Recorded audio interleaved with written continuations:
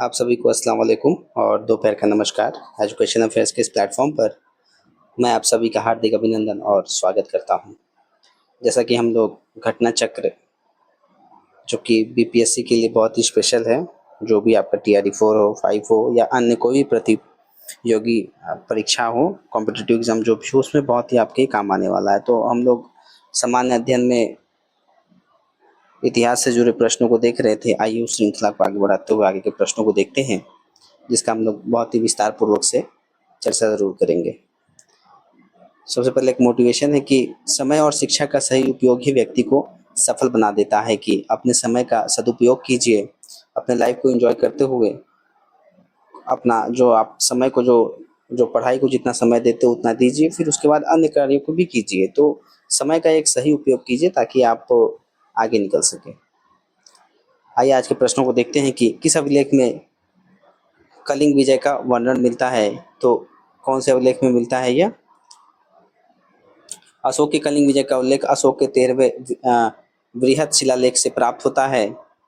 हाथी गुम्फा अभिलेख चेदी राजा खारवेल की आत्मकथात्मक स्तुति है। यह गुफा भुवनेश्वर के पास उदयगिरी पहाड़ी पर स्थित है। तो जो अशोक का जो कलिंग विजय है, जिसके बाद उन्होंने क्या किया कि जो भी ये मार काट है उसको छोड़ करके धम्म नीति को अपनाते हैं, और जो कि इसका उल्लेख हमें कहाँ 13वें शिलालेख में मिलता है।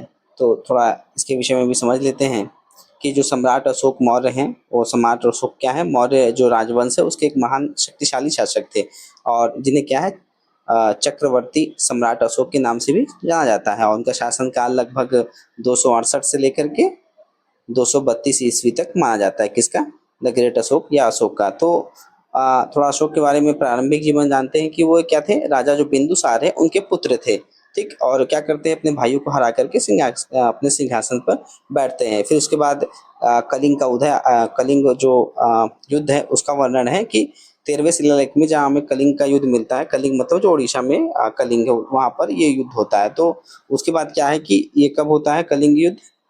ये जो आपका कलिंग विजय है, ये कलिंग युद्ध कब होता है? 261 ईसा पूर्व में होता है, ठीक। तो उस समय क्या है कि बहुत ही भीषण युद्ध होता है, नरसंहार होता है। इन सबको देख कर क्या अशोक का दिल पिघल जाता है।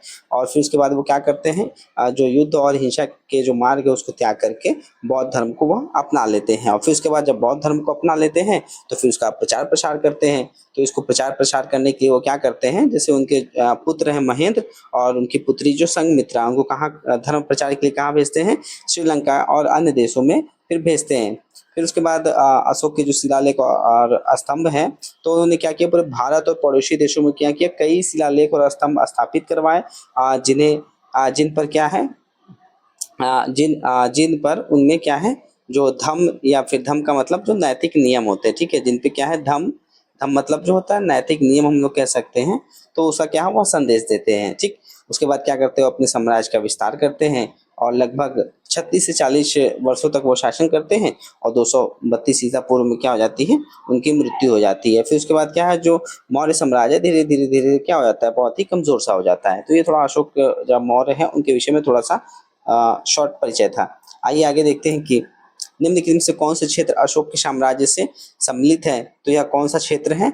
यह श्रीलंका है। कि श्रीलंका अशोक के साम्राज्य में सम्मिलित नहीं था, ठीक, इसमें नहीं है। तो यह इनके जो राज्य है वह साम्राज्य इसमें सम्मिलित नहीं था। द्वितीय शिलालेख से स्पष्ट होता है कि भारत में अशोक का अधिकार चोल, पांड, क्षत्रिय पुत्र, केरल पुत्र एवं ताम्रपर्णी श्रीलंका को छोड़कर सर्वत्र था। इन राज्यों का प्रत्यंत या सीमावर्ती राज्य कहा गया। तो कहाँ कहाँ अपने था, जो चोल हो गया, और उसके बाद पांडु हो गया, क्षत्रिय या पुत्र हो गया, फिर केरल हो गया, फिर ताम्रपर्णी जिसे हम लोग श्रीलंका कह रहे हैं। यहाँ पे इनका क्या है, यहाँ पे साम्राज्य का विस्तार यहाँ पे नहीं हो पाता है, यहाँ पे इनका राज्य नहीं होता है, ठीक। तो ये सब कहाँ, ये द्वितीय शिलालेख में स्पष्ट कहा गया है। और थोड़ा जो सम्राट अशोक है उनके 13 शिलालेखों के विषय में थोड़ा सा शॉर्ट में चर्चा कर लेते हैं, ठीक है। कितने? टोटल 13 हैं। उनके विषय में थोड़ा थोड़ा करके शॉर्ट में थोड़ा सा समझने का कोशिश करते हैं। सबसे पहला है, तो पहले वाले में याद रखेंगे, ये जो पशु बलि है उसकी निंदा की गई है। पहले शिलालेख में पशु बलि की निंदा की गई है। दूसरे शिलालेख में क्या है, जो मनुष्य और पशु हैं दोनों की जो चिकित्सा की व्यवस्था है और लोक कल्याण के कार्यों को क्या किया गया, इसमें उल्लेख किया गया है।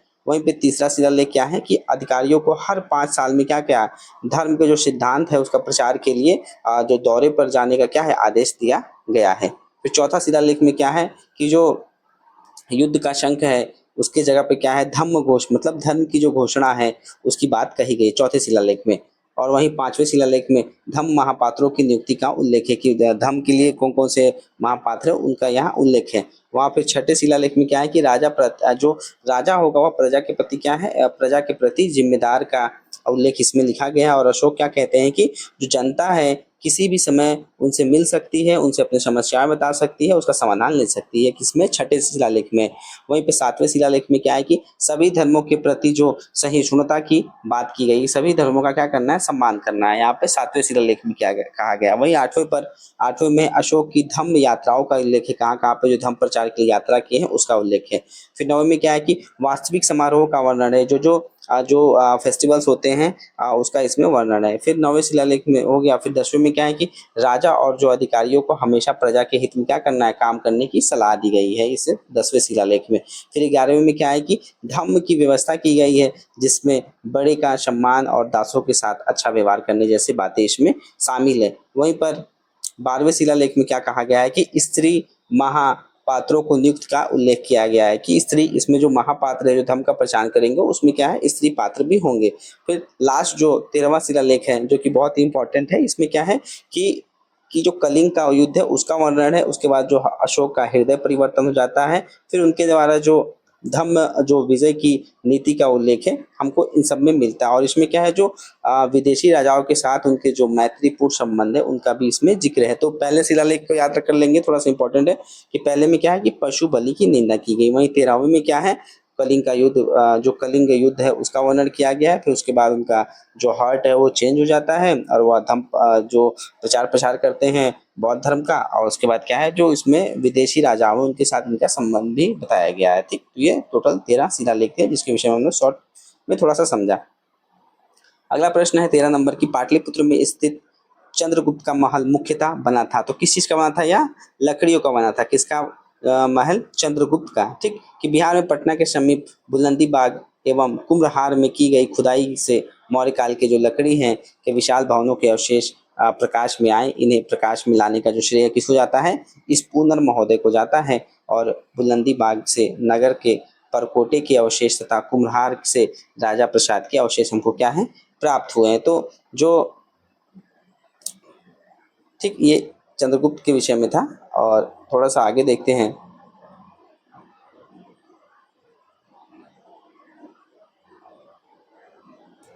14 नंबर प्रश्न की यह केवल वह स्तंभ जिसमें अशोक ने स्वयं को मगध का सम्राट बताया है, तो वो कौन सा है, भाब्रू स्तंभ। ठीक, कि भाब्रू बैराट स्तंभ लेख में अशोक ने स्वयं को क्या किया मगध का सम्राट बताया खुद को, मतलब पियदशी लाजा मागधाम संघम अभिवादे तूनम आहा अपाबा धनम च, यही उल्लेख अशोक के बौद्ध धर्मावलंबी में प्रमाणित करता है कि उन्होंने क्या कहा है कि जो अशोक जिसमें अशोक ने स्वयं को क्या मगध का सम्राट बताया वो किसमें बताया है, जो भाब्रू का स्तंभ है उसमें इसका उल्लेख अशोक के द्वारा किया गया है।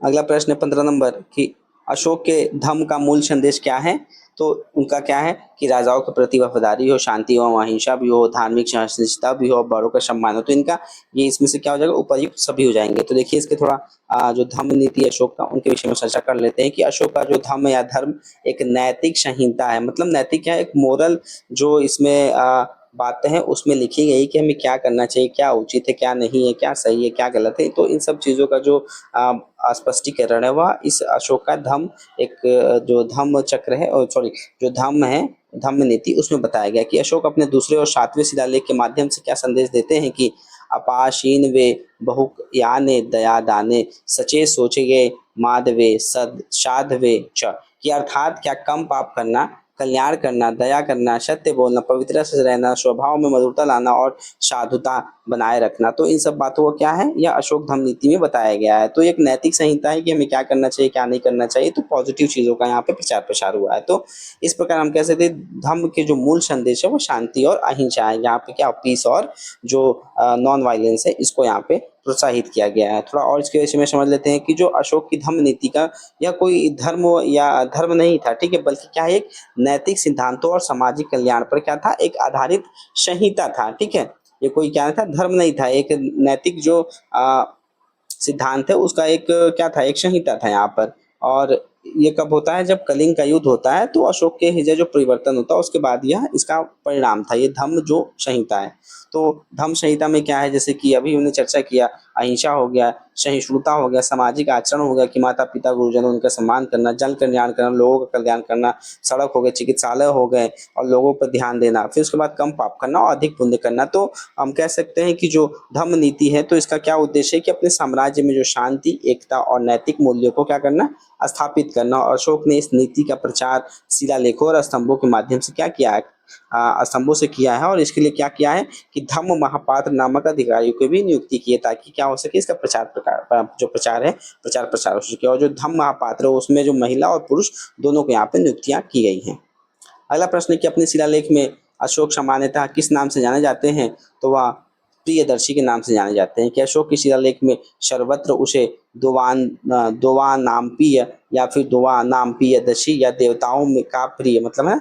तो अशोक को क्या देवताओं का प्रिय या फिर देखने में जो सुंदर हो देवा नाम मतलब प्रियदर्शी तथा राजा आदि की उपाधि से क्या किया गया, इनको संबोधित किया गया। और पुराणों में उसे क्या कहा गया, अशोक वर्धन कहा गया। तो जो प्रियदर्शी है मतलब जो क्या हो देखने में बहुत ही सुंदर हो तो वह प्रियदर्शी कहलाता है। तो इनको जो अशोक का सामान्यतः हमको शिलालेखों में इस नाम से हमको जानने को मिलता है। ठीक, आगे देखते हैं प्रश्नों को। 7वां प्रश्न है कि अशोक के शिलालेखों में प्रयुक्त भाषा है। तो इनके जो शिलालेख उसमें कौन सी भाषा प्रयुक्त है, प्राकृत भाषा प्रयोग है। कि अशोक का इतिहास हमें मुख्यतः उसके अभिलेखों से ही ज्ञात, हमें क्या है उनके अभिलेखों से हमें क्या है ज्ञात होता है उनके बारे में। और उनमें अभिलेखों का विभाजन 3 वर्गों में किया जाता है। कितने वर्ग में है, या 3 वर्गों में इसको विभाजित किया गया है। सबसे पहला है शिलालेख, स्तंभ लेख और गुहा लेख, ठीक है। तो इन तीनों में बांटे गए हैं। देखिए सबसे पहले से शिलालेख क्या, शिला शिला मतलब जो रॉक होता है। तो ये क्या है, यहाँ पे जो बड़े बड़े पत्थर या चट्टानों पर क्या है या लिखे जाते हैं तो शिलालेख कहते हैं, है ना। वहीं पे अगर स्तंभ कह ले, स्तंभ मतलब पिलर, तो जो ऐसे जो खास तौर पर जो क्या पॉलिश किए गए पत्थर के जो खंभे होते हैं तो उन पे क्या है उकेरे जाते हैं, फिर उस पे लिखे जाते हैं उकेर उकेर करके। तो ये स्तंभ लेख हो गया। और वहीं पे गुहा, गुहा मतलब होता है केव को गुहा कहते हैं। तो गुहा इंस्क्रिप्शन, जहाँ पर क्या है कि गुफाओं की दीवारों पर क्या करते थे, लिखे गए जो लेख हैं वह किए जाते थे। तो इसमें क्या है अशोक ये लेख मुख्य रूप से क्या बौद्ध भिक्षुओं को गुफाएं दान करने के लिए लिखवाते थे। ठीक, तो ये था। तो शिलालेख 14 विभिन्न लेखों का एक क्या है समूह है। जो शिलालेख क्या है वह 14 विभिन्न लेखों का एक समूह है जो 8 भिन्न भिन्न स्थानों से हमें क्या है प्राप्त होता है। जो कि शाहबाजगढ़ी हो गया, मानसेरा हो गया, कालसी हो गया, गिरनार हो गया, धौली हो गया, जौगढ़ हो गया, एरगुड़ी हो गया तथा सुपारा हो गया। तो हमें यहाँ से प्राप्त होती है। तो अशोक के अधिकांश अभिलेख जो है प्राकृत भाषा एवं ब्राह्मी लिपि में लिखे गए हैं। तो इनके ज्यादातर जो अभिलेख है वो कौन सी भाषा में, प्राकृत भाषा एवं ब्राह्मी लिपि में लिखे गए हैं। और उसके बाद केवल 2 अभिलेखों जो शाहबाजगढ़ी एवं मानसेरा की लिपि क्या है ब्राह्मणी नौकर के खरोष्टी है। ठीक है, खरोष्टी में क्या है कि इसमें दाएं से बाएं ऐसे लिखते हैं उर्दू टाइप में ना, जैसे कि यहाँ दाएं से शुरुआत करेंगे लिखना और बाएं जाएंगे। और वहीं पे ब्राह्मी में क्या होता है कि जो बाएं हैं दाएं से लिखते हैं। जैसे कि हम लोग ब्राह्मी हम समझ सकते हैं एक तरीके से जो देवनागरी लिपि है वैसे, जैसे कि लेफ्ट से हम लोग राइट लिखते हैं, बट खरोष्टी में क्या होता है राइट से हम लोग लेफ्ट लिखते हैं। तो शाहबाजगढ़ी हो गया और मानसेरा की जो लिपि है वो ब्राह्मी नहीं है खरोष्टी है, तो उसमें दाएं से बाएं लिखा गया। और तक्षशिला से अरामेयिक लिपि में लिखा गया एक जो भग्न अभिलेख है वो भी हमको प्राप्त होता है। और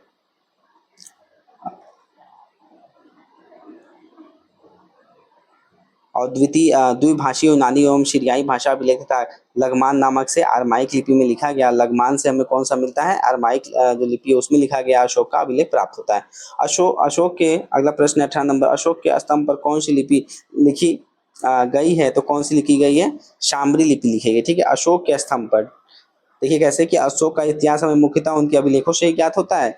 तो उनके अभिलेखों का विभाजन 3 वर्गों में किया गया, शिलालेख, स्तंभलेख और गुहालेख, जिसकी हमने चर्चा की। और फिर जो शिलालेख है वो 14 विभिन्न लेखों का क्या है, एक समूह है। जो शिलालेख है वो 14 विभिन्न जो लेख है उसके समूह है, जो कि अलग-अलग स्थानों से हमें प्राप्त हुए हैं। जैसे कि इनमें शामिल है जो अभी हम लोग देखा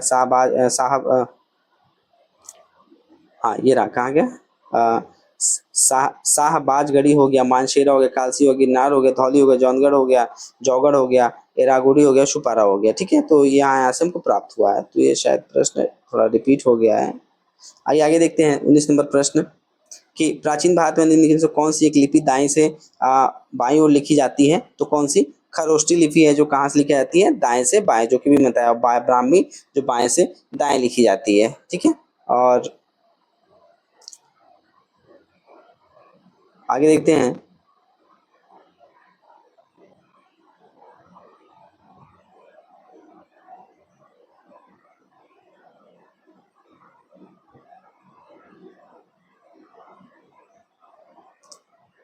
14 नंबर प्रश्न है कि केवल वह स्तंभ जिसमें अशोक ने स्वयं को मगध का सम्राट बताया है, तो वह भाब्रू स्तंभ है। अच्छा, इसको हमने देख लिया है, सॉरी।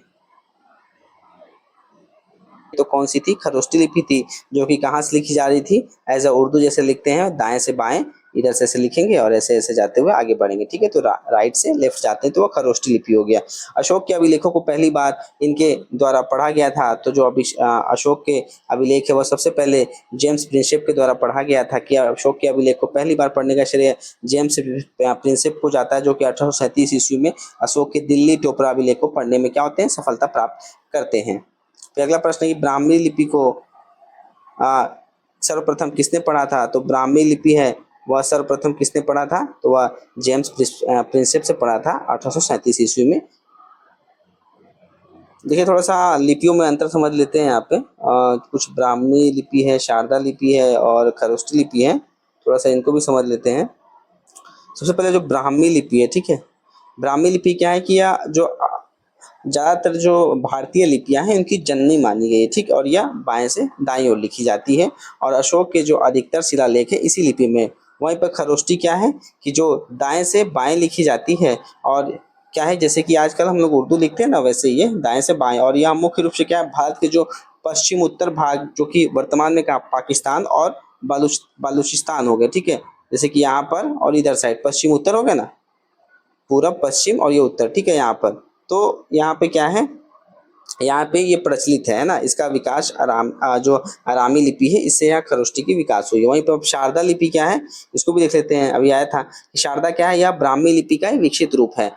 और यह मुख्य रूप से क्या है, जो कश्मीर क्षेत्र है वहाँ पे प्रचलित है। कौन सा? शारदा लिपि।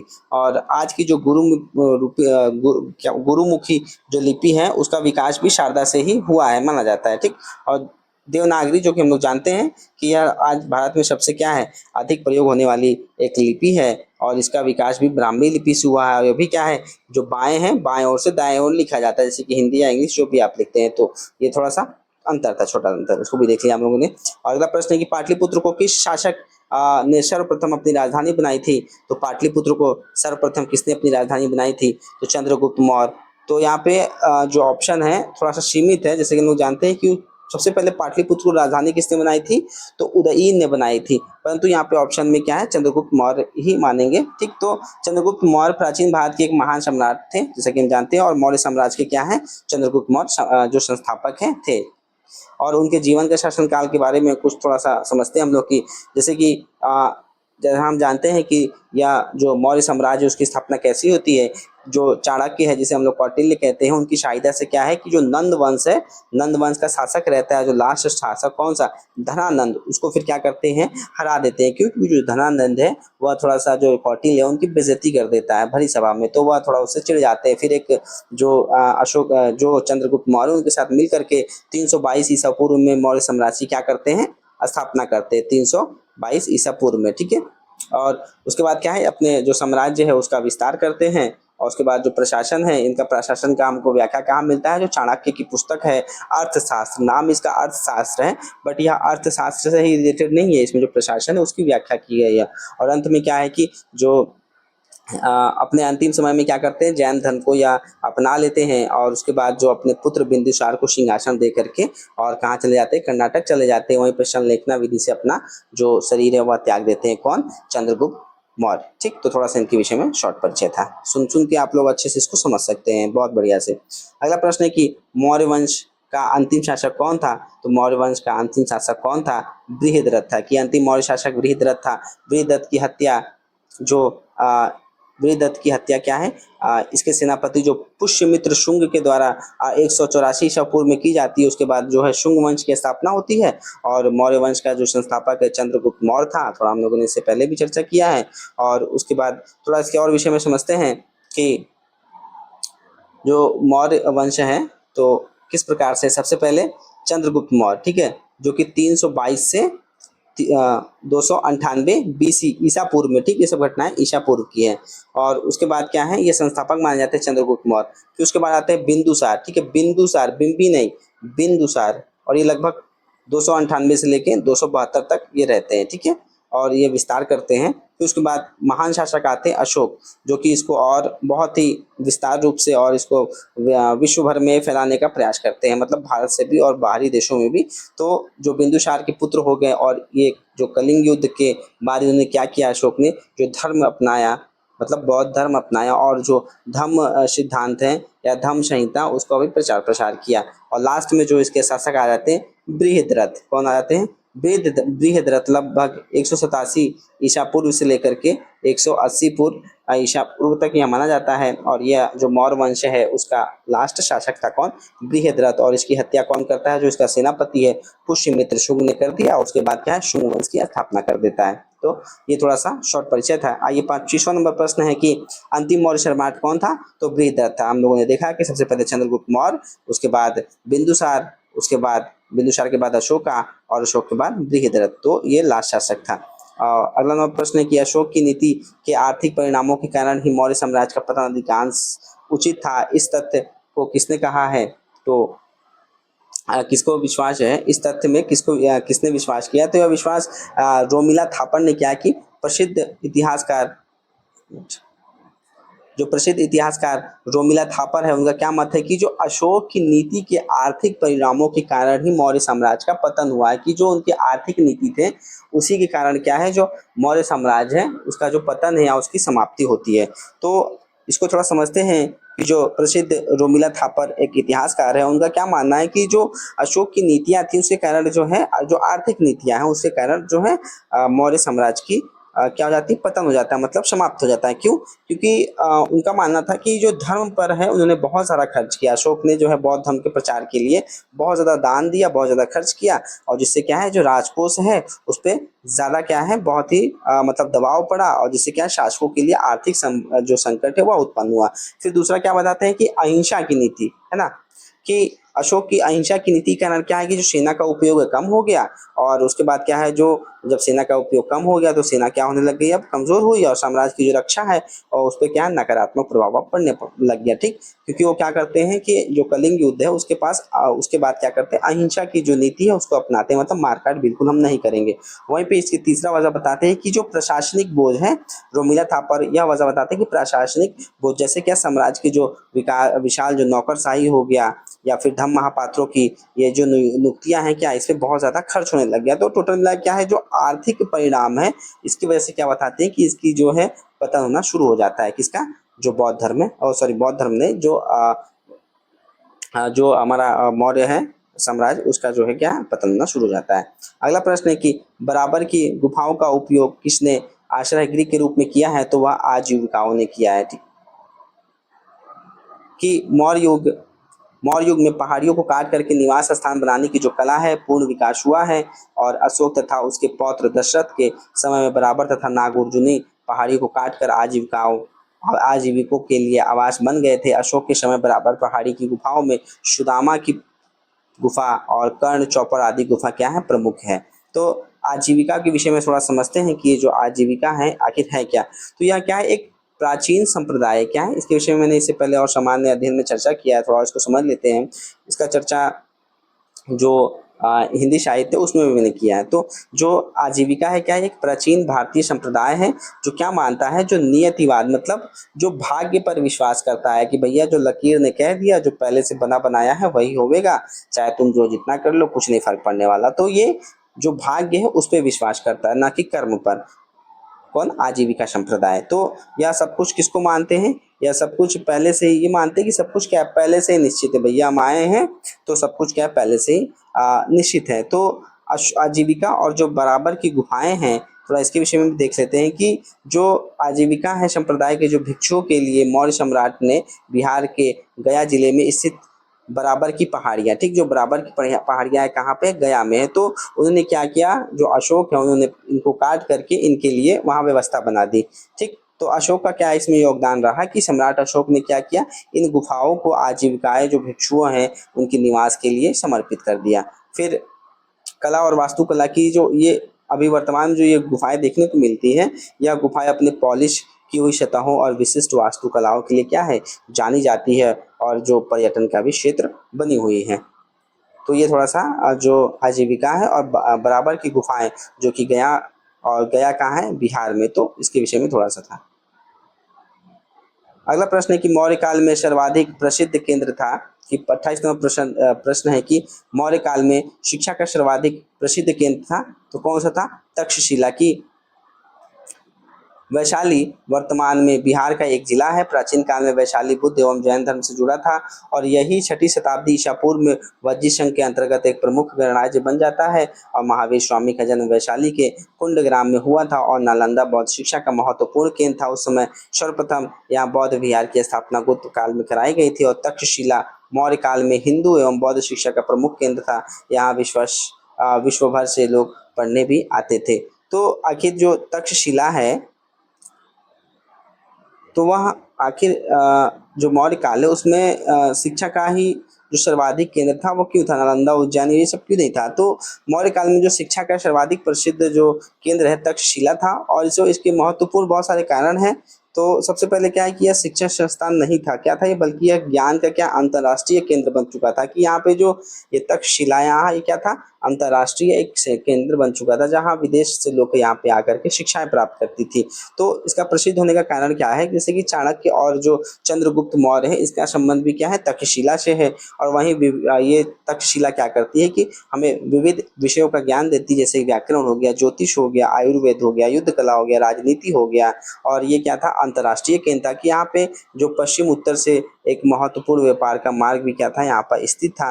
और इस वजह से यहाँ न केवल भारत में बल्कि क्या है, चीन हो गया, ग्रीस और मध्य एशिया जैसे दूर दराज के क्षेत्रों में भी क्या है, छात्र शिक्षा ग्रहण करने यहाँ पे आते थे। और यहाँ पे क्या था, जो हायर एजुकेशन था ना उसका बहुत ही ज़्यादा यहाँ पे बोलबाला था। तो इस वजह से तक्षशिला क्या है, वहाँ पे सर्वाधिक जो केंद्र है वो माना था। अब देखते हैं मौर्य जो अब मौर्य के बाद के प्रश्नों को देखते हैं कि क्या है, कि ताम्र पत्र लेख दर्शाते हैं कि प्राचीन काल में बिहार के राजाओं का संपर्क था।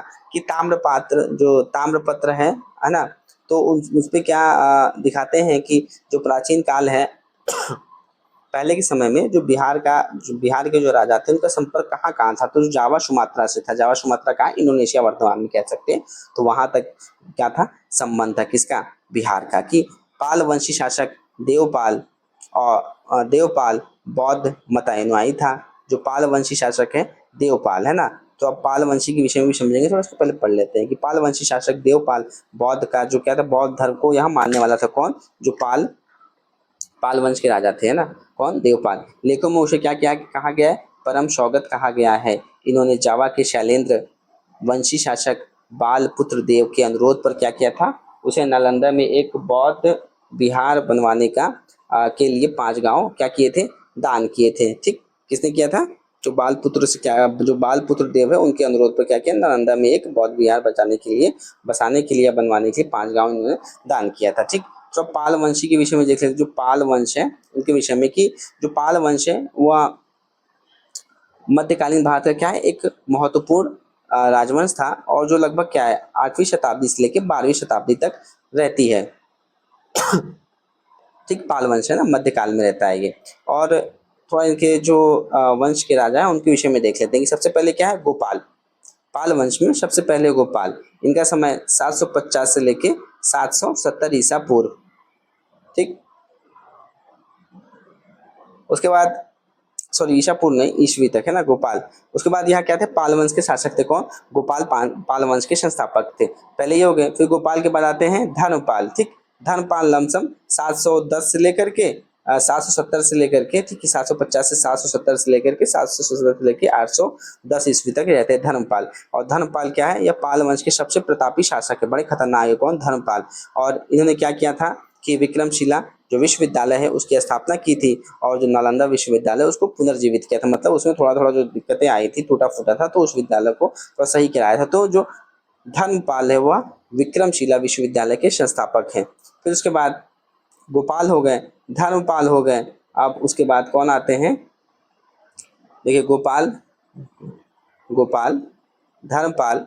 अब उसके बाद आते हैं देवपाल। ठीक है, अब देवपाल आते हैं। देवपाल का समय लगभग 810 से लेके 850 ईस्वी तक है ना। और ये क्या है, धर्मपाल के पुत्र हैं, और यह पाल वंश के सबसे शक्तिशाली शासक माने जाते हैं कौन, देवपाल, है ना। इन्होंने साम्राज्य विस्तार कहाँ तक किया, असम से लेकर के उड़ीसा तक किया। फिर उसके बाद आते हैं महीपाल, ठीक, प्रथम। देवपाल के बाद आते हैं महीपाल प्रथम। ये लमसम 988 से लेकर के 1038 पूर्व रहते हैं, और इतिहासकार इसे क्या है, पाल वंश का दूसरा संस्थापक मानते हैं, है ना। कहते हैं क्योंकि क्या है, यह पाल साम्राज्य के खोए हुए जो गौरव है उसको फिर से स्थापित करते हैं कौन, जो महीपाल है। मतलब जो पाल वंश है लमसम समाप्त हो रहा था, तो इन्होंने क्या किया, फिर से उसको पुनर्जीवित करने का कार्य किया है। किसने, जो देवपाल हैं प्रथम, उनके द्वारा।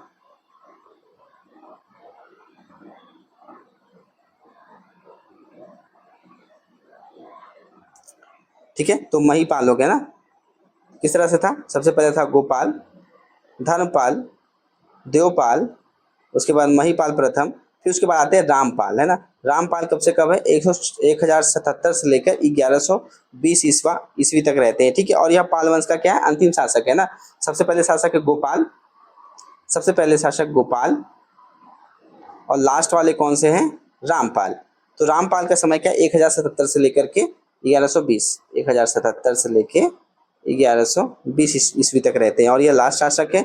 और जिन्होंने साम्राज्य को थोड़ी देर के लिए क्या किया, पुनर्जीवित किया, और पुनर्जीवित करने का प्रयास किया। इसके बाद क्या है, पाल वंश कमजोर हो जाता है और लास्ट में समाप्त हो जाता है। तो ये पाल वंश के विषय में थोड़ा सा जानकारी था। सबसे पहले गोपाल, फिर उसके बाद धर्मपाल, फिर देवपाल, फिर महीपाल प्रथम, फिर रामपाल। तो टोटल 5 शासक इसमें जो प्रमुख थे उनके विषय में हम लोग चर्चा कर लिया। आगे अगले प्रश्न को देखते हैं कि सुवर्ण भूमि का वह राजा कौन था जिसने नालंदा में एक बौद्ध विहार की स्थापना की थी तथा उसके रख रखाव हेतु अपने दूत द्वारा देवपाल से 5 गांव दान में देने के लिए प्रार्थना की थी। तो वह कौन थे, बालपुत्र देव थे। इसके विषय में ऊपर चर्चा किया है। तो वह कौन थे, बालपुत्र देव थे। तो जो बालपुत्र देव हैं वह कौन है, शैलेंद्र वंश के एक प्रमुख राजा थे। ठीक, जो शैलेंद्र वंश हैं, बालपुत्र देव कौन है, यहाँ पे बालपुत्र देव की चर्चा हुई है। तो जो बालपुत्र देव हैं वह क्या है, जो शैलेंद्र वंश है उसके क्या है, एक राजा है, और जिन्होंने क्या किया कि 9वीं शताब्दी में दक्षिण जो पूर्व एशिया में स्थित श्री विजय साम्राज्य पर क्या है, शासन किया था। जो वर्तमान कहाँ है अभी, इंडोनेशिया। मतलब मान लीजिए कि इंडोनेशिया में इन्होंने क्या किया था, 9वीं शताब्दी के आसपास इन्होंने वहाँ पे अपना राज्य किया था। किसने, जो बालपुत्र देव है, जो कि शैलेंद्र वंश से संबंधित है। और ये जो इनकी पहचान है वह भारत के पाल वंश के शासक जो देवपाल के साथ उनके संबंधों के एक कारण है। जैसे कि नालंदा में मठ की स्थापना की, जो बालापुत्र देव हैं एक बौद्ध थे। ठीक है, डेवोट बौद्ध थे, और उन्होंने क्या किया, नालंदा में एक बौद्ध मठ का निर्माण कराया। फिर देवपाल से क्या किया, अनुदान, कि इस मठ के रख रखाव के लिए क्या किया, उन्होंने अपने राजदूत के माध्यम से पाल राजा देवपाल से अनुरोध किया कि क्या वह कुछ गांव दान दे दे। ठीक है, किस लिए, ताकि वो बौद्ध विहारों की स्थापना कर सके। कौन, जो बाल पुत्र देव हैं। अगला प्रश्न है कि किस अभिलेख में रुद्रदामन प्रथम की विभिन्न उपलब्धियां हमको मिलती हैं। तो जो रुद्रदामन है उनका संबंध किससे, जूनागढ़, जो कि कहाँ है, गुजरात में है। कि गुजरात के जूनागढ़ के रुद्रदामन का एक अभिलेख प्राप्त हुआ है, और यह जिस शैली पर उत्कीर्ण है उसी पर अशोक के 14 प्रज्ञापनों की एक प्रति तथा स्कंदगुप्त के 2 लेख भी खुदे हुए हैं। और ये विशुद्ध हिंदी, विशुद्ध संस्कृत भाषा तथा इसकी जो लिपि है ब्राह्मणी में लिखा गया है, ब्राह्मी में लिखा गया और इसमें रुद्रदामन की जो विभिन्न उपलब्धियां हैं इसका सुंदर इसमें प्रकाश डाला गया है। ठीक, तो जो जूनागढ़ अभिलेख है, तो जिसे हम लोग क्या है गिरनार अभिलेख भी कहते हैं। जो जूनागढ़ अभिलेख है उसे हम लोग क्या कहते हैं, गिरनार अभिलेख भी कहते हैं, इस नाम से जाना जाता है। और गुजरात के क्या जूनागढ़ में जो गिरनार पहाड़ी पर क्या है, या क्या है एक शिलालेख है।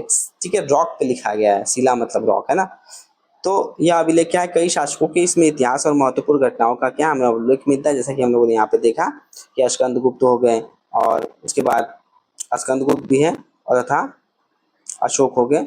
इनके विषय में भी हमको क्या है यहाँ से जो बात है वहां से प्राप्त होती है। तो इससे थोड़ा दूर हम लोग कुछ चीजों को देख लेते हैं, जैसे कि अशोक के अभिलेख है ना, इससे जुड़े देखते हैं कि जो अशोक के अभिलेख है उससे क्या मतलब है। कि अशोक के जो 14 प्रमुख शिलालेखों में से क्या है, यहाँ पे एक शिलालेख ये भी है जिसमें क्या है कि जो धम्म हो गया, जो धर्म से संबंधित विचारों नीतियों का क्या है इसमें वर्णन मिलता है। किसका, हमको अशोक का। ठीक, उसके बाद रुद्रदामन का अभिलेख, जो रुद्रदामन है इनका भी अभिलेख इसी प्राप्त है कि यह शक शासक रुद्रदामन प्रथम है द्वारा इसमें 150 ईसा पूर्व के आसपास क्या संस्कृत गद्य में जो लिखा गया पहला लंबा यह अभिलेख है।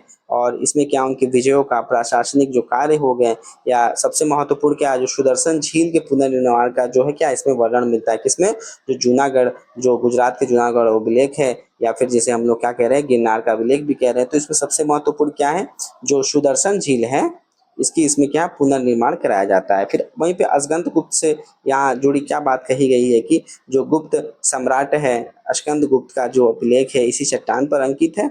और इसमें क्या है जो सुदर्शन झील के बांध के निर्माण की जानकारी मिलती है कि सुदर्शन जो झील है उसका जो पुनर्निर्माण है वह किसने कराया, रुद्रदामन ने। बट उस पर बांध है का जो निर्माण है किसने कराया, तो अस्कंद गुप्त ने। ठीक, आगे देखते हैं। चौथा नंबर प्रश्न है कि दूसरी शताब्दी के आसपास रचित संस्कृत के अभिलेख के अनुसार सुदर्शन झील एक कृत्रिम जलाशय की मरम्मत किसने की थी, तो वह किसने कराई थी मरम्मत, इसका मतलब पुनर्निर्माण किसने कराया था, रुद्रदामन में, रुद्रदामन प्रथम ने। जैसे कि हमने ऊपर चर्चा किया कि जो रुद्रदामन प्रथम है 130 से 150 ईस्वी तक इनका जो शासनकाल माना जाता है। और जूनागढ़ अभिलेख में जो गुजरात के गिरनार पहाड़ी से प्राप्त हुआ है, और इसमें ब्राह्मी लिपि में क्या है यहाँ पे उत्कीर्ण है, मतलब संस्कृत में क्या है इस शिलालेख पे उकेरा गया है। और उसमें क्या पता चलता है कि जो सुदर्शन झील के जो बांध का निर्माण की सूचना भी क्या है इसमें प्राप्त होती है। तो जो सुदर्शन झील है उसका क्या पुनर्निर्माण कराया जाता है। बट इस पे जो बांध है वह किसके द्वारा बनाया गया है, तो वह स्कंदगुप्त के द्वारा बनाया गया है। अगला तुम्हारा प्रश्न है कि इनमें से सर्वप्रथम व्यापक पैमाने पर स्वर्ण मुद्रा का प्रचलन किसने कराया, तो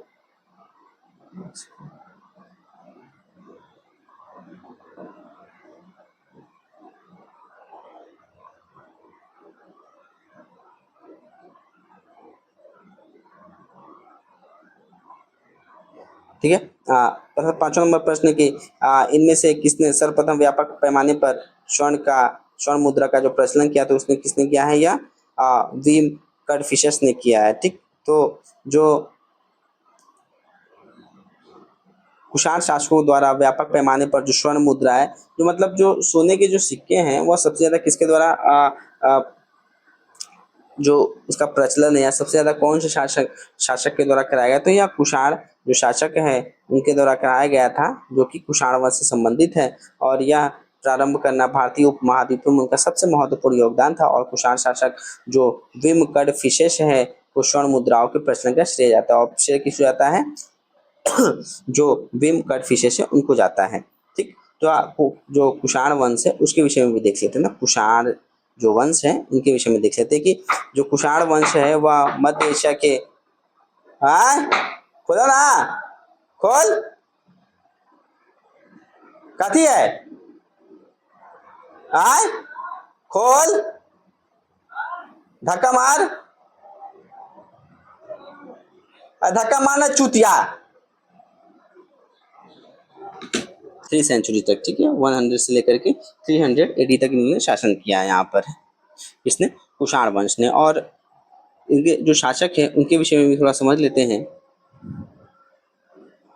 कुषाण वंश के जो कुषाण वंश के शासक हैं उनके विषय में देख लेते हैं। जो सबसे पहला इसमें शासक है वह कुजूल कड़फिशस के यहाँ पे चर्चा आता है, जो कि कुजूल जो कड़फिशस है वह कुषाण वंश का संस्थापक माना जाता है। उन्होंने क्या किया कि वो पार्थियन और शकों को हरा करके भारत में क्या किया, कुषाण साम्राज्य की वह नींव रखते हैं। और उसने जो तांबे के सिक्के हैं जारी किए। ठीक, जो तांबे के सिक्के हैं, जो कॉपर है, तांबा है, उसका जो सिक्के हैं जारी करने वाला कौन है, कुजूल कड़फिशस। अब कुजूल हो गया पहला, कुजूल कुजूल कटफिशेस। अब आते हैं विम कटफिशेस। ठीक है, कौन आते हैं, विम कटफिशेस आते हैं किसके बाद, कुजूल कटफिशेस के बाद जो विम कटफिशेस है वो आते हैं। तो कुजूल का जो पुत्र है और विम कटफिशेस उसका उत्तराधिकारी है, और उसने क्या किया, भारत में सबसे पहले सोने के जो सिक्के हैं जारी किए। ठीक, विम कटफिशेस ने क्या किए, जो सोने के सिक्के सबसे पहले जारी किए, और उसे क्या है शासनकाल में जो कुषाण साम्राज्य का फिर विस्तार करता है।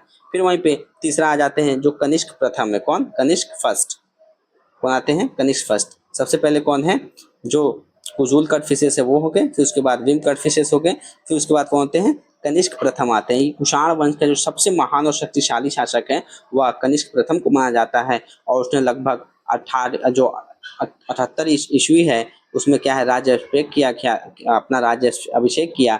और उसी समय क्या है, वह शक संवत जो है उसकी शुरुआत करते हैं ना, जो शक संवत कैलेंडर चलता है उसकी वहाँ शुरुआत करते हैं। और उसने क्या किया, जो बौद्ध धर्म है उसमें महायान संप्रदाय को क्या किया, संप्रदाय को संरक्षण किया। जो बौद्ध धर्म है वह हीनयान महायान में जो बट जाता है, तो उन्होंने क्या किया, जो महायान है उसके ये क्या थे, सपोर्टर थे। ठीक, और जो चौथी बौद्ध संगति है वो भी क्या होता है, इन्हीं के शासनकाल में होता है। किसके, जो कनिष्क प्रथम है इनके शासनकाल में चौथा जो बौद्ध संगति है जो कि जम्मू कश्मीर में होता है, यह इनके शासनकाल में ही होता है। फिर जो चौथे शासक आ जाते हैं वो है वासुदेव प्रथम की। कुषाण वंश की क्या है, जो वासुदेव प्रथम है वह कुषाण वंश का अंतिम शासक है, और उसने कुषाणों में जो शक्तिशाली क्या है कम हो गया, फिर धीरे धीरे इसकी समाप्ति हो जाती है। फिर है शुंग वंश कि शुंग वंश के बाद किस वंश ने भारत पर राज्य किया है, तो किसने किया है, कण्वा, या फिर इसे हम लोग कर्ण वंश कहते हैं ना, कि शुंग वंश का अंतिम राजा कौन है, देवभूति है, और अपने अमात्य वासुदेव के षड्यंत्रों द्वारा मार डाला गया। और वासुदेव ने जिस नवीन राजवंश की नींव डाली वह कौन सी थी, कर्ण या फिर कण्यायन। मतलब कि जो कर्ण वंश है वह किसके द्वारा है, वासुदेव के द्वारा यह स्थापित किया जाता है। और ये कण्वान या फिर कण्व नाम से जाना जाता है। और शुंगों के समान ये भी क्या थे, ब्राह्मण वंश थे। ठीक, तो थोड़ा सा शुंग वंश के विषय में देख लेते हैं। जो शुंग वंश है, तो लमसम जो शुंग वंश है यह 185 से लेकर के 83 ईसा पूर्व तक चलता है ना। 185 मतलब जो मौर्य काल था, मौर्य काल में क्या है, जो पुष्यमित्र शुंग है वहाँ पे हत्या कर देते हैं, और उसके बाद बृहद्रथ की, और उसके बाद क्या है, यह शासक बन जाता है। शुंग वंश की वहाँ पे स्थापना होती है। और उसके बाद यह कब से 185 ईसा पूर्व से 73 ईसा पूर्व तक चलता है। और ये सबसे पहले क्या है, इसमें जो शासक है वह पुष्यमित्र शुंग है, कि जो इसका संस्थापक है वह पुष्यमित्र शुंग को माना जाता है। जैसे कि मैंने बताया कि जो मौर्य काल का या मौर्य सम्राट का लास्ट शासक बृहद्रथ रहता है, उसका यह सेनापति रहता है, और उसी को क्या करता है, उड़ा देता है। और उसके बाद क्या है, या जो शुंग वंश है उसकी स्थापना करता है। और उसने क्या किया, जो वैदिक धर्म क्या है पुनर्जीवित किया, और 2 अश्वमेध यज्ञ करवाए।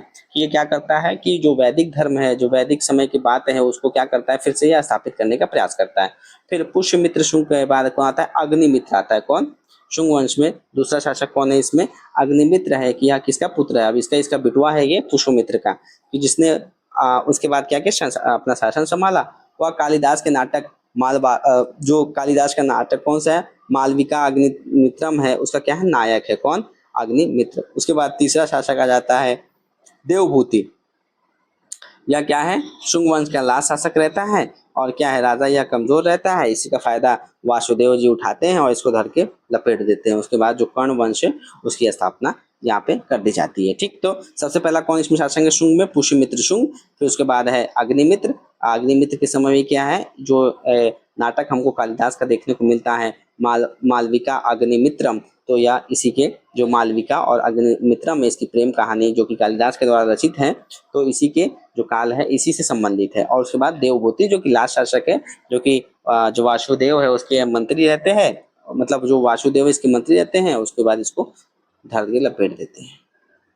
7वां नंबर प्रश्न है, नहीं 7वां नहीं, यहाँ पे 6 प्रश्न थे। अब जो अगला प्रश्न है गुप्त एवं गुप्तोत्तर। अब देखते हैं गुप्त काल के बाद के कि किस,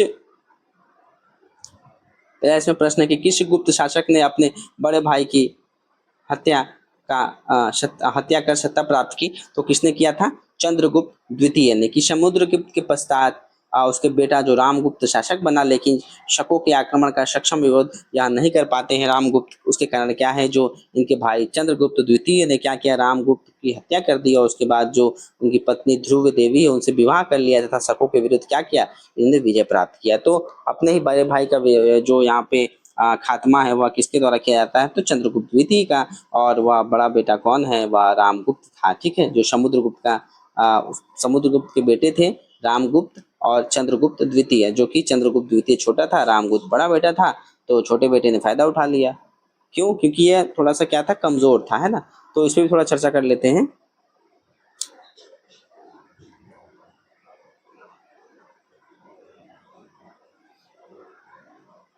थोड़ा सा जो वहाँ पे चर्चा करने से पहले जो हम लोगों ने शुंग वंश की चर्चा की है, यहाँ पे जो कर्ण वंश है इसको भी देख लेते हैं ना, इसको भी छोड़ा। देखिए जो कर्ण वंश है इसके विषय में देख लेते हैं थोड़ा। शुंग वंश के बाद कौन सा अब आ रहा है? कर्ण वंश आ रहा है। ठीक, तो 73 ईस्वी तक क्या रहते हैं, जो शुंग वंश है वो रहते हैं ना, 185 से लेकर 73 तक। अब 73 ईस्वी से लेकर के 73 ईसा पूर्व, सॉरी है ना, ईसा पूर्व है, ईस्वी नहीं, ईसा पूर्व से लेकर के 28 ईसा पूर्व तक क्या है, जो कर्ण वंश है वह रहता है। ठीक, और जो कर्ण वंश है जो कि वासुदेव के द्वारा यह संस्थापित हो रहा है, यह थोड़ा समय ज़्यादा टाइम तो चला नहीं। क्यों? क्योंकि 73 से लेकर के 28 ईसा पूर्व ही चलता है। तो थोड़ा इनके राजाओं के विषय में भी चर्चा कर लेते हैं, किसके? कर्ण वंश में। तो इसमें जो सबसे पहले वासुदेव जो कि इसके संस्थापक माने जाते हैं, और उसके बाद क्या है, इसने क्या किया था कि जो शुंग वंश का अंतिम शासक था देवभूति क्या कर किया, उसको धर के लपेट दिया। उसके बाद यह क्या होता है, कर्ण वंश की स्थापना कर देता है। फिर कर्ण वंश जो वासुदेव, उसके बाद कौन आता है? भूमिमित्र आता है। कौन आता है? भूमिमित्र, जो कि वासुदेव का ही पुत्र है और वह उत्तराधिकारी बनता है। लगभग 14 वर्षों तक यह शासन करता है। कौन? भूमिमित्र। फिर तीसरा कौन है? नारायण। फिर भूमि मित्र के बाद नारायण आता है, या उसका किसका पुत्र हो गया, या भूमि मित्र का पुत्र है, जिसने लगभग 12 वर्ष तक शासन किया। फिर लास्ट इसमें कौन है? अब 14 नंबर पे सुशर्मा है, कि कर्ण वंश का क्या है, लास्ट शासक है या कमजोर शासक था, और जिसकी हत्या किसने किया? शातवाहन शासक के द्वारा, जो कि सुमुख ने करके फिर शातवाहन की स्थापना की। उसके विषय में आगे देखेंगे। तो इसमें चार शासक जो राजा हुए वो थे, पहले थे वासुदेव जो कि संस्थापक है, फिर भूमिपुत्र, भूमिपुत्र के बाद नारायण, नारायण के बाद सुशर्मा। अब यहाँ वाले प्रश्न को देख लेते हैं कि जो चंद्रगुप्त द्वितीय है वो तो अपने बड़े भाई की हत्या करके फिर क्या करते हैं, उन्हीं की जो पत्नी है विवाह कर लेते हैं, और उसके बाद शकों के विरुद्ध क्या करते हैं, विजय प्राप्त करते हैं। कौन? चंद्रगुप्त मौर्य। तो इसको भी थोड़ा चर्चा कर लेते हैं कि जो चंद्रगुप्त मौर्य द्वितीय है, मौर्य नहीं सॉरी, चंद्रगुप्त द्वितीय है, जो कि गुप्त वंश की परंपरा में ही आते हैं। तो ये इनको क्या है, विक्रमादित्य के नाम से भी जाना जाता है, या हाँ, विक्रमादित्य के नाम से इनको चंद्रगुप्त द्वितीय को जाना जाता है। और ये क्या थे, एक महान शक्तिशाली थे ना, शक्तिशाली सम्राट थे, है ना, गुप्त वंश के। और उनका जो शासन काल है लमसम 375 से किसका? चंद्रगुप्त द्वितीय का, है ना, 375 से 415 ईस्वी तक चलता है ना। तो ये क्या था, चंद्रगुप्त द्वितीय के विषय में। और लमसम इन्होंने क्या किया, जो साम्राज्य का विस्तार है वो किया। फिर विक्रमादित्य की उपाधि ले रहे हैं, और साहित्य कला को भी बहुत क्या किया, उन्होंने प्रोत्साहित किया। कि जो चंद्रगुप्त द्वितीय हैं, विक्रमादित्य जो साहित्य कला पे बहुत ही बिलीव करते हैं, और उनके जो दरबार है नौ रत्न, जिसे हम लोग नौ विद्वानों का जो समूह है वो कहते हैं, तो इनके ही यह समय पे था। और इसमें सबसे महान कौन थे? एक तो कालिदास, और वराहमिहिर भी इसी से संबंधित है। किससे? चंद्रगुप्त द्वितीय, जो कि विक्रमादित्य है, जो कि 375 से लेके 415 ईस्वी तक रहते हैं। और फिर जो इसी समय चीनी यात्री जो फायान है वो भी यहाँ पे प्रवेश करता है। कि जो चीन का जो भिक्षु है फायान, उनके शासनकाल में भी भारत आता है, और जो गुप्त साम्राज्य है उसकी समृद्धि और जो सुशासन है उस पर वह विस्तृत वर्णन करता है। कौन? फायान। फायान कब आ रहा है? चंद्रगुप्त द्वितीय के समय। अगला प्रश्न है कि प्राचीन भारत का नेपोलियन किसे कहा जाता है? तो ये बहुत ही चर्चित प्रश्न है।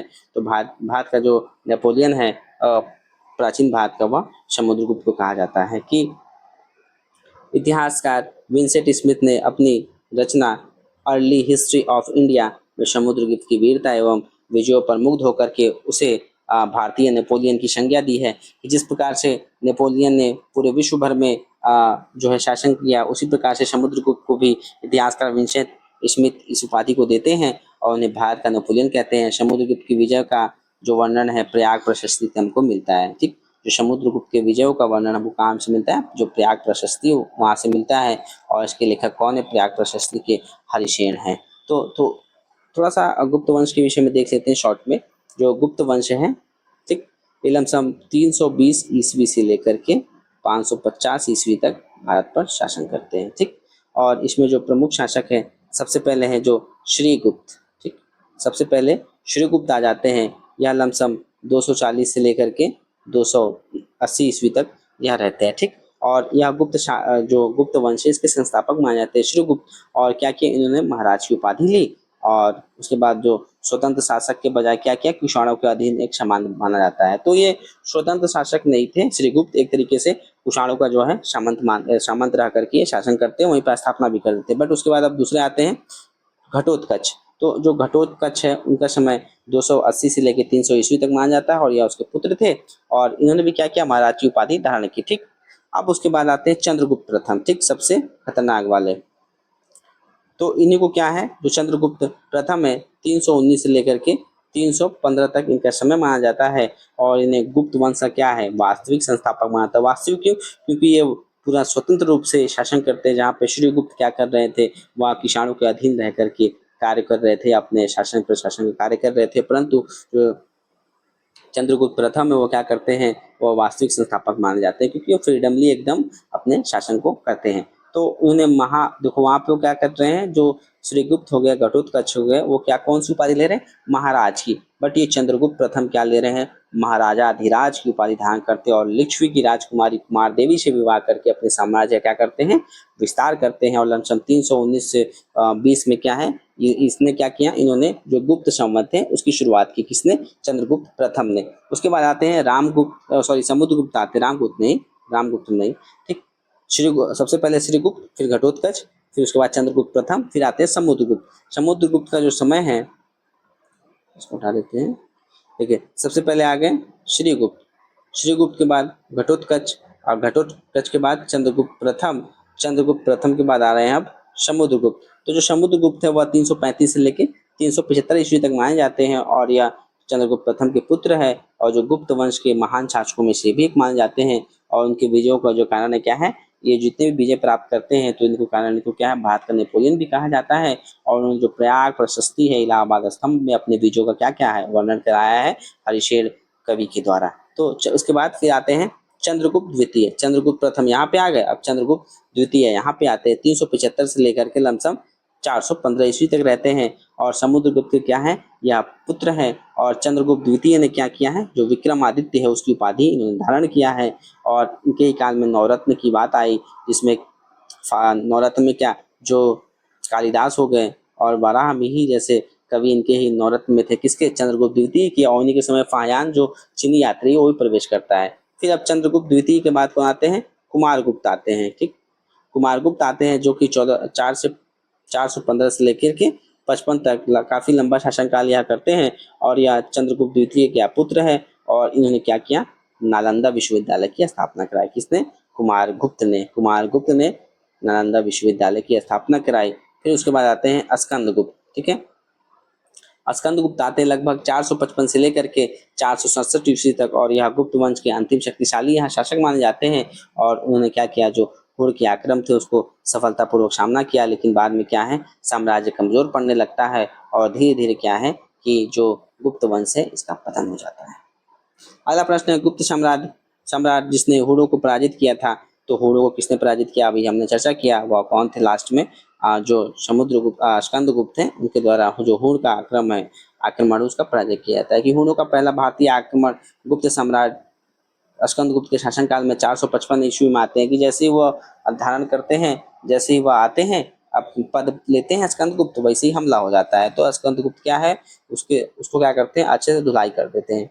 जो यूएस राय हैं उनके अनुसार इस हुण आक्रमण के नेता जो खुशनिवास था, जो या हुण आक्रमण जो कि स्कंदगुप्त के समय पे हो रहा था उसके नेता कौन थे? खुशनिवास थे। और यह आक्रमण एक धावा मात्र रहा और देश के ऊपर इसका कोई भी तात्कालिक प्रभाव हमको देखने को मिलता है, लेकिन किंतु जो परोक्ष या फिर इनडायरेक्टली रूप से हम कह सकते हैं कि जो गुप्त साम्राज्य के पतन की जो गति है, इन्होंने क्या कर दिया, तेज कर दिया। और स्कंदगुप्त की मृत्यु के बाद जो है 5वीं शताब्दी के अंत तक तथा 6वीं शताब्दी जैसे ही प्रारंभ होती है, तो इसमें जो उत्तर पश्चिम के कई क्षेत्रों पर उन लोगों ने क्या किया, कब्जा कर लिया और धीरे धीरे इसका पतन भी हो जाता है। ठीक, तो इसमें क्या है, जो स्कंदगुप्त है उनके विषय में हम लोग देख लिया। अब आगे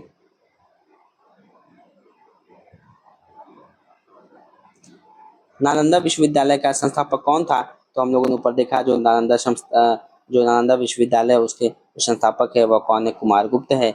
कि ह्वेनसांग जो कि हर्षवर्धन के काल में चीनी यात्री प्रवेश करते हैं, ह्वेनसांग उनके अनुसार जो नालंदा विश्वविद्यालय का संस्थापक किसको माना गया है, शक्रादित्य था, जिसने बौद्ध धर्म के त्रिरत्नों के प्रति महती श्रद्धा के कारण इसकी स्थापना कराई। और शक्रादित्य की पहचान क्या है, जो कुमारगुप्त है उनसे होती है। तो शक्रादित्य कौन है, कुमारगुप्त है, जो कि 415 ईस्वी से लेकर 455 ईस्वी तक शासन करते हैं, गुप्त वंश से संबंधित है। कुमारगुप्त की प्रसिद्ध उपाधि क्या है, महेंद्र आदित्य की। कुमारगुप्त कौन से उपाधि से नवाजे जाते हैं, तो महेंद्र आदित्य से।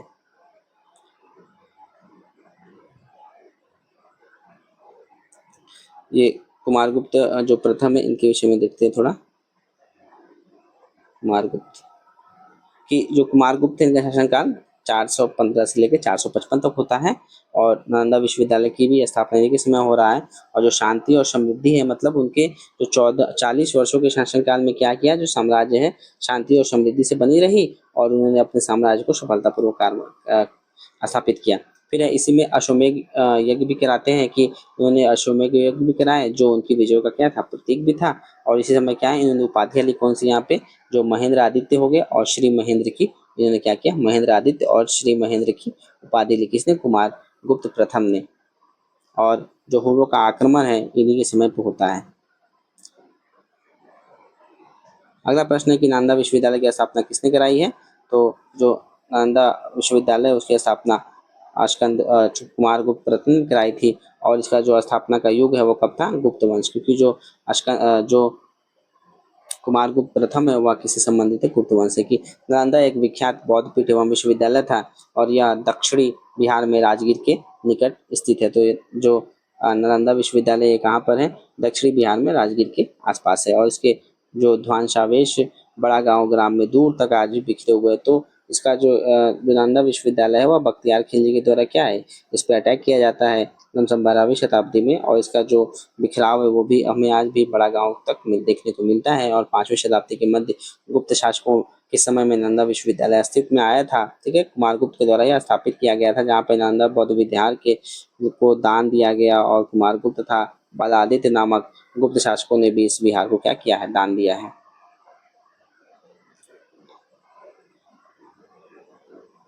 ठीक, नालंदा विश्वविद्यालय के बारे में थोड़ा सा समझते हैं। नालंदा की इसकी स्थापना किसने की है, तो कुमारगुप्त प्रथम ने की है। और इसकी स्थापना लमसम 5वीं शताब्दी 5th सेंचुरी में होती है। और यहाँ पे क्या है कि जो पहला यह आवासीय विश्वविद्यालय था, जहाँ 10,000 से भी अधिक शिक्षक थे और 2,000 लमसम यहाँ पे क्या थे, 10,000 मतलब स्टूडेंट थे और 2,000 यहाँ पे शिक्षक थे। और यहाँ का जो पाठ्यक्रम है बहुत ही विविध था, जहाँ पे दर्शन हो गया, तर्कशास्त्र हो गया, व्याकरण हो गया, चिकित्सा हो गया, इन सब चीज़ों से संबंधित इसमें जो पाठ्यक्रम वो थे। और इसकी प्रसिद्धि क्या है कि जो चीनी यात्री जैसे ह्वेनसांग हो गए, इसिंग हो गए, जैसे महान जो विद्वान है यहाँ पे आकर के यहाँ पे क्या करते हैं, अध्ययन करते हैं। और विनाश क्या है, जो 12वीं शताब्दी है उसमें बख्तियार खिलजी के द्वारा इसको नष्ट कर दिया जाता है। अगला प्रश्न है कि नालंदा विश्वविद्यालय किस लिए विश्व प्रसिद्ध था, क्यों, क्योंकि यहाँ पे जो बौद्ध धर्म दर्शन है इसकी शिक्षाएं यहाँ पे या अध्ययन करने के लिए लोग बाहर से आया करते थे, जिसमें क्या है ह्वेनसांग हो गए, इत्सिंग हो गए, ऐसे विद्वान कवि भी यहाँ पे आए हुए हैं।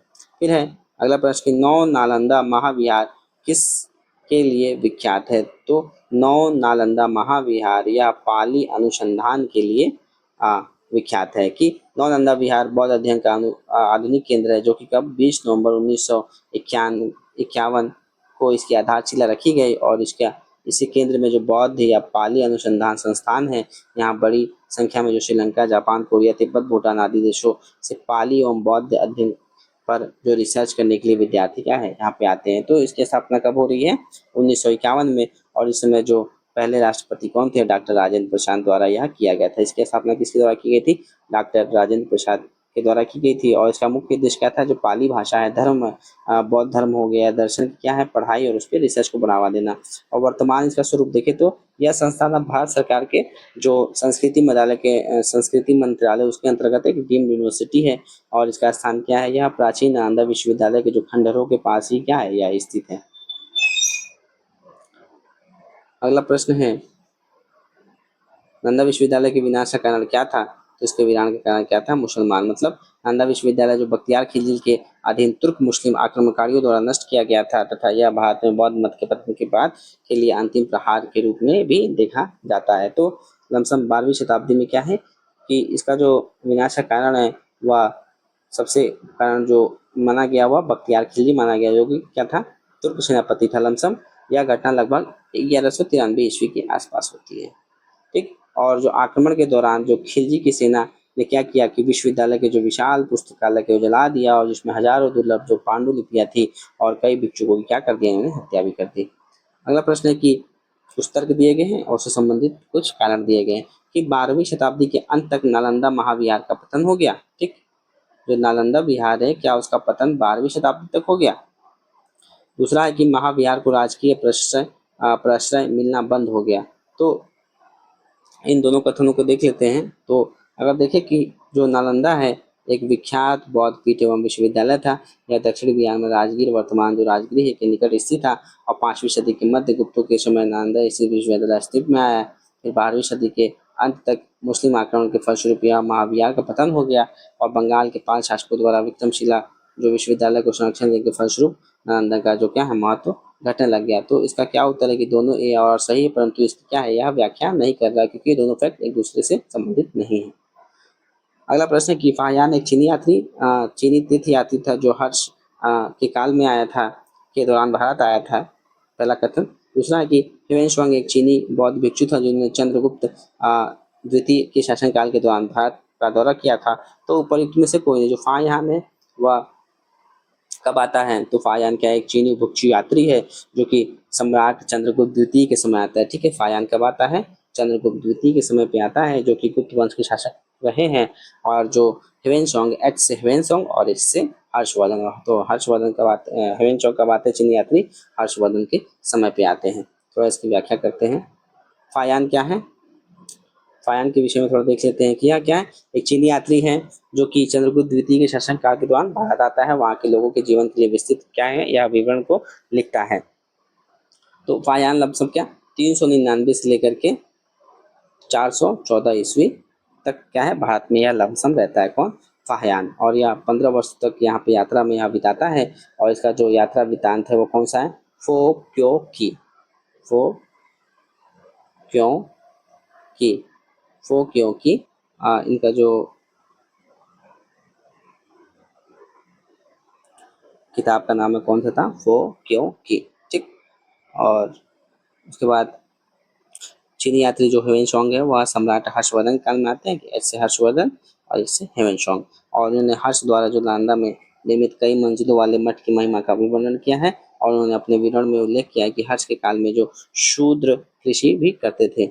और उन्होंने अपने वृत्तांत में प्रयागराज जो प्रयाग है उसमें आयोजित सम्मेलन का भी उल्लेख किया है। और जो सिंह 7वीं शताब्दी के जो चीनी बौद्ध यात्री हैं और अनुवादक था, और उन्होंने 7वीं शताब्दी के दौरान भारत आए 60 चीनी तीर्थयात्रियों के जीवन में क्या है लिखा है? किसने? इस सिंह ने लिखा है। तो ह्वेनसोंग को भी देखा हम लोगों ने कि ह्वेनसोंग कब आते हैं? हर्षवर्धन काल में। तो लगभग ह्वेनसोंग कब आते हैं? 629 से लेकर 645 ईस्वी तक या क्या है भारत में रहते हैं 16 वर्ष तक लमसम। और इनकी यात्रा का क्या मुख्य उद्देश्य था कि जो बौद्ध धर्म के जो पवित्र स्थल है उनका दौरा करना और बौद्ध जो ग्रंथ हैं जो कि उनको क्या करना? चीन ले जाना था। और इन्होंने अध्ययन शिक्षा किया। और जो ह्वेनसोंग है, अगर इनकी पुस्तक का नाम देखें तो इनकी पुस्तक का नाम है शी यू की। ठीक। फो क्यों की वो किसकी पुस्तक थी? फाहियान की। एफ से फाहियान और एफ से फो क्यों की। और यहीं पे ह्वेनसोंग आ गए। ह्वेनसोंग की पुस्तक का नाम है शी यू की। शी यू की। ठीक।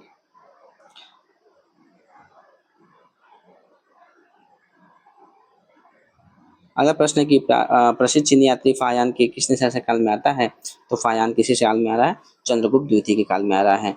फिर अगला प्रश्न है कि चीनी यात्री ठीक है, चीनी यात्री शुंग युन ने भारत की यात्रा की थी, तो इन्होंने कब की थी? लमसम 518 से लेके 521 ईस्वी में की थी भारत की यात्रा, और अपनी 3 वर्षों की यात्रा में बौद्ध धर्म की जो प्रतियां हैं वह एकत्रित की थी। जो शुंग युंग हैं इनके विषय में देख लेते हैं कि यह कौन थे। यह एक भी बौद्ध बौद्ध भिक्षु थे। ये भी लमसम यह 6ठी शताब्दी में क्या होते हैं? भारत आते हैं। 6ठी शताब्दी, देखिए सिख 6ठी शताब्दी का क्या मतलब है कि 501 से लेके 599 के बीच में। तो यह कब आते हैं? 518 से 521 बीच में आते हैं सुंग युंग। और इनका भी यात्रा का क्या उद्देश्य है कि उद्देश्य इनकी यात्रा का उद्देश्य था कि जो उत्तरीय जो राजवंश की महारानी ने बौद्ध ग्रंथ जो बौद्ध धर्म ग्रंथ की जो तलाश है वो पवित्र स्थलों का जो दौरा करने के लिए क्या है इनको भेजा था। और जो इनका यात्रा का मार्ग था वो कहाँ से था? जैसे कि आप पाकिस्तान और अफगानिस्तान से होते हुए क्या है एंट्री करते हैं। और इनका योगदान क्या रहा है कि इन्होंने यात्रा वृत्तांत, हालांकि इनका क्या है पूरा यात्रा वृत्तांत हमको नहीं मिलता है। और उस समय के जो मध्य एशिया और उत्तरी जो पश्चिम भारत के जो इतिहास को समझने क्या है एक महत्वपूर्ण यात्रा रहे हैं। चीनी यात्री ईस्ट सिंह ने बिहार का भ्रमण किया था, लगभग कब किया था? तो जो चीनी यात्री ईस्ट सिंह ने बिहार का जो भ्रमण है लगभग किया था। तो कब किया था इन्होंने? 671 ईस्वी से लेकर के 695 ईस्वी तक जो चीनी यात्री ईस्ट सिंह है इन्होंने यहाँ पे यात्रा की थी। तो जब वह युवक था अपने 37 जो बौद्ध सहयोगी हैं वह उनके साथ बौद्ध धर्म के अवशेषों को देखने की इच्छा का पाश्चात्य विश्व का भ्रमण करने का निश्चय किया, और बाद में उसके साथियों ने उसका साथ छोड़ दिया तथा वह अकेले ही कैंटन नगर से जहाज में बैठकर भारत की यात्रा पर चल पड़ता है। तो जो ईस्ट सिंह है वह कब भारत आते हैं, मतलब कितने टाइम तक रहते हैं भारत में? वह 671 से 695 तक रहते हैं। तो लमसम ये क्या आते हैं जो नालंदा विश्वविद्यालय वहाँ पे 10 वर्ष यहाँ रहते हैं, और वहाँ पे जो बौद्ध धर्म ग्रंथ हो गए, विशेष रूप से जो विनय पिटक हो गए, जहाँ पे विशेष रूप से जो विनय पिटक है, विषय विनय और विषय हम लोग याद कर सकते हैं नियम, विनय नियम।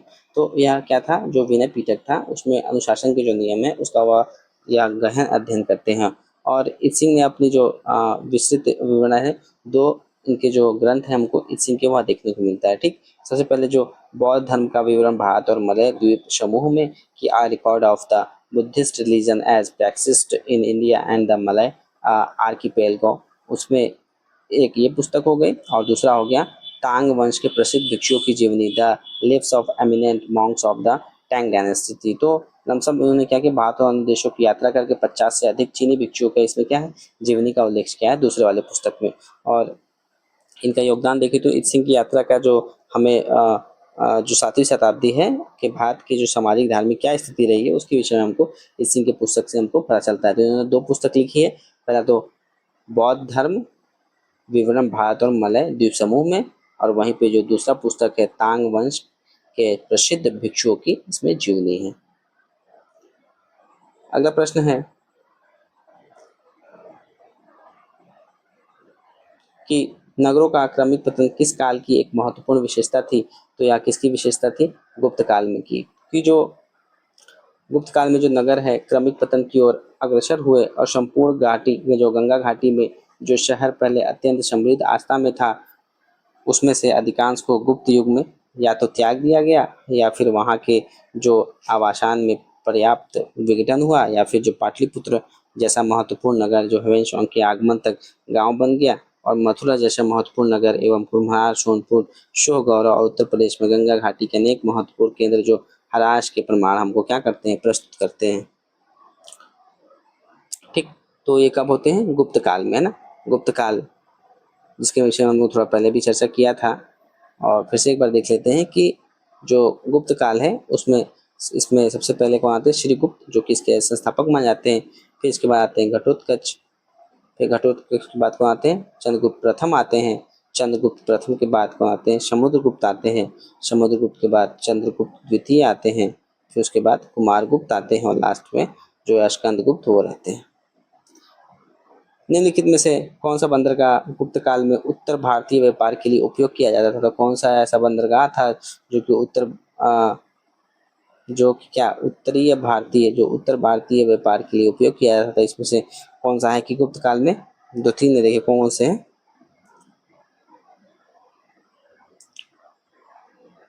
गुप्त काल में जो बंगाल में ताम्रलिप्ति एक प्रमुख बंदरगाह था, ठीक है, और जहां से उत्तर भारत के साथ दक्षिण पूर्व एशिया, चीन, श्रीलंका, जावा, सुमात्रा अनेक देशों में क्या होता था? व्यापार होता था।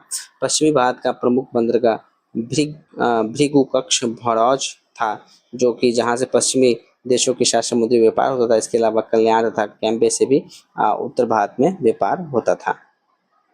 अगला प्रश्न, किस शासक वंश ने मंदिरों एवं ब्राह्मणों को सबसे अधिक ग्राम अनुदान दिया है? सबसे ज्यादा किसने दिया है? या गुप्त वंश ने दिया है, जिसके विषय में ऊपर भी चर्चा किया है कि गुप्त वंश के शासकों ने मंदिरों एवं ब्राह्मणों को सबसे अधिक ग्राम अनुदान दिए हैं। गुप्त लेखों में जो भी भूमिदानों का उल्लेख किया गया है उसमें यह स्पष्ट है कि भूमिदान के साथ साथ गांव की भूमि से उत्पन्न होने वाली आय भी क्या है? ग्राहिता को ही सौंप दिया जाता था। कब? गुप्त वंश के समय पर। अगला प्रश्न है कि गुप्त युग में भूमि राज्य राजस्व की दर क्या थी? तो इसकी दर थी उपज का छठा भाग, मतलब 1/6 की। गुप्त काल में जो लोग राजकीय भूमि पर कृषि कर रहे थे, जो भी कृषक थे, उन्होंने क्या करना था कि उनके जो 6 भागों में से एक भाग क्या करना था? उनको राजा को दान करना था कर के रूप में। तो जो सष्टांग होता था, गुप्त अभिलेखों में भूमि कर को भाग अथवा उडक कहा जाता था। तो उनके अभिलेख से हमें क्या प्राप्त होता है कि इसको क्या भाग या उडक के नाम से हम जानते हैं। किस प्रकार की भूमि को अपरहत कहा जाता है? तो किस प्रकार की भूमि को अपरहत कहा जाता है? तो बिना जोती हुई जंगली भूमि को अपरहत कहते हैं। कि जो बिना जोती हुई भूमि है, वह भूमि जिस पर क्या है खेती वगैरह न हो, या पड़ती भूमि, तो वह अपरहत भूमि कहलाता है। यह गुप्तकालीन राजस्व व्यवस्था का क्या है? एक टर्म है ना, तो एक मतलब एक टर्म यूज किया जाता था वर्ड इस नाम से पुकारने के लिए। कि प्रसिद्ध इलाहाबाद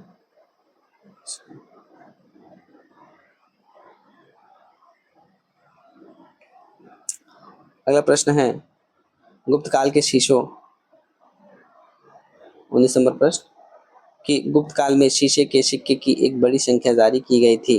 तो यह गुप्त काल के जो शीशे के सिक्के की एक बड़ी संख्या जारी की गई थी, तो सातवाहनों के द्वारा। किसके द्वारा? सातवाहनों के द्वारा। कि जो पूर्व गुप्त काल में शीशे के सिक्कों की एक बड़ी संख्या सातवाहन शासकों के द्वारा जारी की गई थी। दातव्य हुआ कि जो सातवाहन वंश के जो संस्थापक वह शिमुख ने की थी। इनकी वास्तविक जो राजधानी और प्रतिष्ठान या पैठन जो कि महाराष्ट्र में क्या है अवस्थित है। और पुराणों में इस राजवंश को क्या है आंध्र भृत्य या फिर आंध्र जातीय भी कहा जाता है। तो जो सातवाहन वंश है, इसको थोड़ा देख लेते हैं कि जो सातवाहन है यह क्या प्राचीन भारत का क्या है, यह भी एक महत्वपूर्ण राजवंश रहा है, जिसने क्या है मौर्य साम्राज्य के पतन होने के बाद दक्कन और मध्य प्रदेश में मध्य जो भारत है वहाँ पर अपना विशाल राज्य की स्थापना करता है, जहाँ पे 450 वर्ष तक शासन करने के कारण इसे भारत के इसने क्या किया 450 वर्षों तक लमसम शासन किया है ना, बहुत लंबे टाइम तक। इसका सामान्य परिचय अगर देखें सातवाहन वंश का, तो सबसे पहले आते हैं संस्थापक कौन है इसके? सिमुक द्वारा इसकी स्थापना की जाती है। कब? 230 ईस्वी में। इसकी स्थापना 230 ईस्वी में 200 ईसा पूर्व में शासन शुरू हुआ। ठीक, 230 बीसी में इसकी क्या है शुरुआत हो जाती है। और अगर इसका क्षेत्र देखें तो महाराष्ट्र और आंध्र प्रदेश तक यहाँ फैला हुआ था। और इसका कैपिटल क्या है? प्रतिष्ठान, जो कि पैठण कहलाता है। और इस काल के जो लगभग तीसरी शताब्दी ईसा पूर्व से तीसरी शताब्दी ईस्वी तक रहा, मतलब 3 BC से लेके 3 AD तक इसका शासन कर रहा। ठीक, तो अगर इसके शासकों की हम लोग बात करें तो सबसे पहले कौन है? शिमुक, जो कि संस्थापक है लमसम 230 से लेकर के 207 ईस्वी पूर्व तक। फिर आते हैं इसमें जो कि क्या है सातवाहन के संस्थापक है, स से सातवाहन और स से शिमुक। फिर दूसरे हैं सतकर्णी प्रथम। ठीक, इसके दूसरे शासक आते हैं। और लमसम ये जो पहले महत्वपूर्ण शासक थे जिन्होंने क्या किया साम्राज्य का जो है विस्तार किया। और उन्होंने 2 जो अश्वमेध यज्ञ है वो करवाए और एक राजसूय यज्ञ कराया। और जिससे क्या है इनकी शक्तिशाली का हमें प्रमाण मिलता है। फिर उसके बाद जो सातकर्णी प्रथम है, उसके बाद आते हैं हाल, है ना। उसके बाद कौन आते हैं, हाल आते हैं। लमसम या 20 से लेकर के 24 ईस्वी तक राज्य करते हैं और ये क्या थे, एक कवि और विद्वान शासक थे। और उनकी जो सबसे प्रसिद्ध रचना है कौन है, गाथा सप्तशती। गाथा सप्तशती किसके द्वारा रचित है, हाल के द्वारा रचित है, जो कि क्या है, प्राकृत भाषा में एक काव्य संग्रह है। फिर आते हैं हाल के बाद गौतमी पुत्र सप्तकर्णी, ठीक। गौतमी पुत्र सप्तकर्णी लमसम या कब से कब तक रहते हैं, तो जो गौतमी पुत्र सप्तकर्णी है वह 106 से लेकर के 130 ईस्वी तक शासन काल इनका रहता है, 106 से लेकर 130 एडी एन ए डोमिनी तक। तो जो गौतमी पुत्र है ना, इनके नाम से पता चल रहा है कौन से, जो गौतमी पुत्र हैं, तो इन्होंने वंश का जो सबसे महान इनको शासक कहा जाता है। क्यों, क्योंकि उन्होंने जो शकों को हरा करके अपने जो भी क्षेत्र है उसको वापस प्राप्त करता है, और उन्हें क्या, एकमात्र ब्राह्मण या फिर शकों या फिर यवनों और पहलवों का विनाश करने वाला कहा गया। किसको, गौतमी सप्तकर्णी को, शतकर्णी को, ठीक। उसके बाद आते हैं गौतमी शतकर्णी के बाद आते हैं वशिष्ठिपुत्र पुलुमावी, है ना, वशिष्ठिपुत्र पुलुमावी, ठीक। और इनका शासनकाल लमसम 130 से 154 ईस्वी तक चलता है। और जो गौतमी पुत्र थे, गौतमी पुत्र शतकर्णी, उनके क्या थे, यह बेटे थे। और इन्होंने क्या किया, दक्षिणा पथेश्वर की जो है उपाधि ली, किसने, जो पुलुमावी है इन्होंने।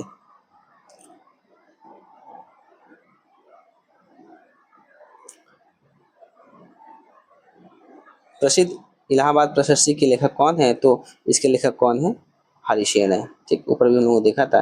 तो इलाहाबाद जो प्रशस्ति थे वह हरिसेन के द्वारा लिखा गया है, कि प्रसिद्ध इलाहाबाद प्रशस्ति का जो लेखक है वह हरिसेन था।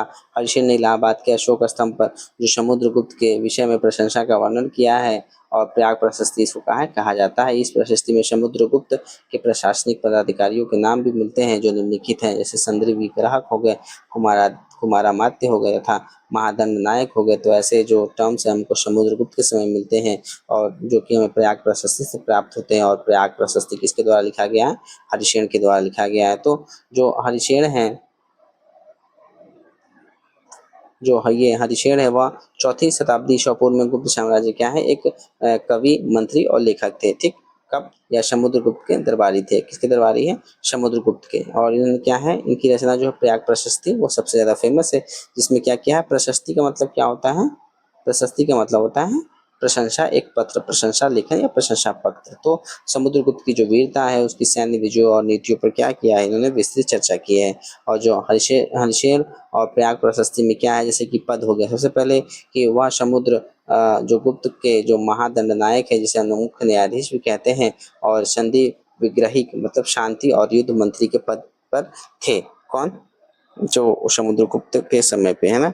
और रचना उन्होंने क्या किया, प्रयाग प्रशस्ति की जो रचना है वह संस्कृत भाषा में की थी। और महत्व क्या है, यह जो शिलालेख है वह गुप्त काल के इतिहास, विशेषकर समुद्रगुप्त के शासन को समझने में क्या करता है, आसानी देता है। और उसका स्थान क्या है, इलाहाबाद है, क्योंकि इलाहाबाद प्रशस्ति या प्रयाग प्रशस्ति के नाम से है, जो कि यूपी में। निम्नलिखित में से किस वंश के शासकों को पुराणों में श्री पर्वतीय कहा गया है, तो किसको कहा गया, इक्ष्वाकु को, ठीक है। जो इक्ष्वाकु वंश के शासकों को पुराणों में श्री पर्वतीय या फिर श्री पर्वत का शासक कहा गया है, तथा आंध्रभृत्य, आंध्रों का नौकर कहा गया है, ठीक है। और पहले वे सातवाहनों के क्या थे, संबंध थे, तो इनके मतलब एक तरीके से आर्मी वगैरह रखते थे, किसके लिए, सातवाहनों के लिए। किंतु पतन के बाद क्या है, इन्होंने अपनी स्वतंत्रता एक घोषित कर देते हैं। और इसके संस्थापक कौन है, श्री शांत मूलक। तो जो इक्ष्वाकु वंश है, इसको थोड़ा देखते हैं। जो इक्ष्वाकु वंश है, यह सूर्य वंश के नाम से भी जानता है। इक्ष्वाकु वंश सूर्य वंश के नाम से भी जाना जाता है।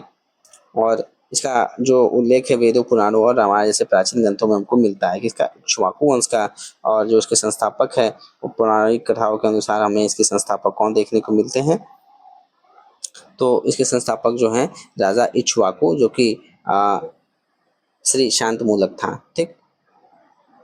और इसके अगर अन्य शाखाओं की बात करें, तो इसके वंश की जो एक शाखा से जो शाक्य वंश की उत्पत्ति होती है, जो इक्ष्वाकु वंश है, इसी के जो एक ब्रांच है कौन है, शाक्य वंश है।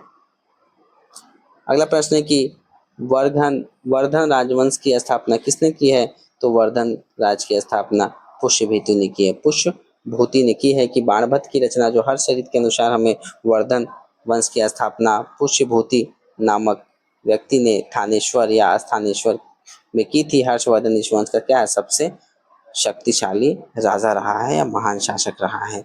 तो जो वर्धन राजवंश है उसको थोड़ा देखते हैं। वर्धन राजवंश को देखते हैं।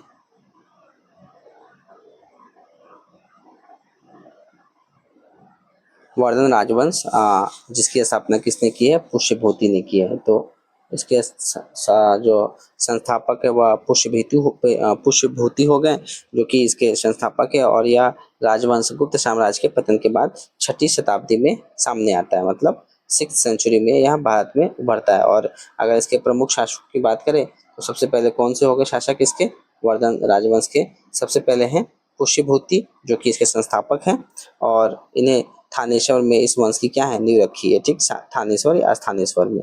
फिर उसके बाद अगर दूसरा बात करें तो कौन है, प्रभाकर वर्धन, ठीक, कौन है, प्रभाकर वर्धन, जो कि इस वंश के सबसे पहले महान शासक कहलाते हैं। और उन्होंने क्या किया, परम भट्टारक और महाराधिराज की जैसी उपाधि धारण की, जिससे पता चलता है कि उन्होंने अपनी शक्ति का क्या किया है, विस्तार किया। किसने, प्रभाकर वर्धन ने। और उनके जो 2 पुत्र हैं, प्रभाकर वर्मा के 2 पुत्र होते हैं, एक तो राज्यवर्धन और दूसरा हर्षवर्धन। दूसरा, पहला राज्य और दूसरा हर्षवर्धन, ठीक। और एक पुत्री भी थी जिसका नाम था राज्यश्री। तो राज्यवर्धन, हर्षवर्धन। फिर उसके बाद जो अगले शासक आते हैं, कौन आते हैं, राज्यवर्धन आते हैं। तीसरे कौन है, राज्यवर्धन, है ना। कि प्रभाकर वर्ण की मृत्यु के बाद क्या है, वह सिंहासन पर बैठा, परंतु उन्होंने मालवा के शासक को क्या किया, हराया। लेकिन बाद में जो गौड़ शासक जो शशांक है द्वारा उनकी क्या है, हत्या कर दी जाती है। और जब इनकी हत्या कर दी जाती है जो राजवर्धन है, तो उसके बाद इनका जो छोटा पुत्र है, कौन, हर्षवर्धन, वह शासन करता है। और यह लमसम 606 से लेके 647 ईस्वी तक शासन करता है। और वे वर्धन वंश के सबसे महान और अंतिम महत्वपूर्ण शासक रहे हैं, जिन्होंने साम्राज्य विस्तार किया, शासन। और इनके समय पे कौन आते हैं, हर्षवर्धन के समय पे जो ह्वेन-त्सांग है वह आते हैं। और जो उनके दरबारी कवि कौन है, बाणभट्ट ने जो उनकी जीवनी हर्षचरित है वह लिखी है। अगला है कवि बाण निवासी था। जो कवि बाण है वह कहाँ के निवासी है, तो जो बाण या फिर बाणभट्ट का जन्म बिहार में सोन नदी के किनारे अवस्थित प्रीति कुटा नामक गांव में हुआ था। इनके पिता का नाम क्या था, चित्रभानु तथा माता का नाम राजदेवी था। किसके, बाणभट्ट। जो बाणभट्ट है लमसम 7th सेंचुरी में रहते हैं। और यह क्या है, संस्कृत के एक महान कवि और लेखक माने जाते हैं, जो कि हर्षवर्धन के क्या थे, दरबारी कवि थे। तो जो बाणभट्ट है वह हर्षवर्धन के दरबारी कवि रहते हैं। और उनके लेखक को क्या है, संस्कृत साहित्य में एक उत्कृष्ट, मतलब अच्छा इनको उदाहरण दिए हैं संस्कृत के। अगर बाणभट्ट की 2 प्रसिद्ध रचनाएं देखें तो सबसे पहले आता है बाणभट्ट का हर्षचरित। सबसे पहला रचना कौन है बाणभट्ट का, तो वह है हर्षचरित। और हर्षचरित जो है यह संस्कृत में लिखी गई क्या है, एक जीवनी है। किसके, हर्षचरित क्या है, जीवनी। जीवनी मतलब किसी के विषय में लिखा गया है। तो यह किसके बारे में है, हर्षवर्धन के जीवन के बारे में है। दूसरा है कादम्बरी, ठीक है। दूसरा कौन सा है, कादम्बरी। यह क्या है, दुनिया के सबसे पुराने उपन्यासों में से एक मानी जाती है। यह एक जटिल प्रेम कहानी है जो कई जन्मों तक चलती है। और यह अपनी जो सुंदर भाषा और विस्तृत वर्णन के लिए क्या है, प्रसिद्ध है, ठीक। तो जो बाणभट्ट है उनका पहला हर्षचरित हो गया और दूसरा कादम्बरी हो गया। फिर हर्षवर्धन के शासन काल में किस चीनी यात्री का यात्रा होता है, तो हम लोगों ने ऊपर भी चर्चा किया है, एच से हर्षवर्धन और दूसरा एच से हर्षवर्धन, ह्वेन-त्सांग। तो इन्हीं के समय पे जो चीनी यात्री ह्वेन-त्सांग है वहाँ भारत में इनका आगमन होता है। और उसकी उत्कंठ अभिलाषा महात्मा बुद्ध के जो चरण चिन्हों द्वारा पवित्र किए गए स्थानों को देखने में है, और पवित्र बौद्ध ग्रंथों का जो है अध्ययन करने में है, ठीक। लमसम यह भारतवर्ष के लिए 629 प्रस्थान किया। और अपनी यात्रा में ऊपर एक ग्रंथ भी लिखा है जिसका हम लोग सी यू की कहते हैं। जो ह्वेन-त्सांग है इनकी रचना क्या है, सी यू की किसी रचना है, ह्वेन-त्सांग की रचना है। अगला प्रश्न है कि निम्नलिखित में से किस शासक ने हर्ष के समय असम पर शासन किया, तो किसने किया है, भास्कर वर्मन ने की। प्रश्नगत विकल्पों में जो हर्ष के समय पर भास्कर वर्मन ने असम पर शासन किया था, जो भास्कर वर्मन है जो कामरूपी असम का क्या है, लास्ट शासक है। तो हर्षवर्धन के समय पे कौन है, भास्कर वर्मन जो असम में शासन कर रहा है। तो जो कामरूप जो कि आधुनिक असम कहलाता है, तो यह एक क्या है, प्रसिद्ध शासक था। और यह जो वर्मन भास्कर वर्मन, देखिए यहाँ पे वर्मन लगा है, तो वर्मन क्या है, इनका जो राजवंश से इनका नाम है।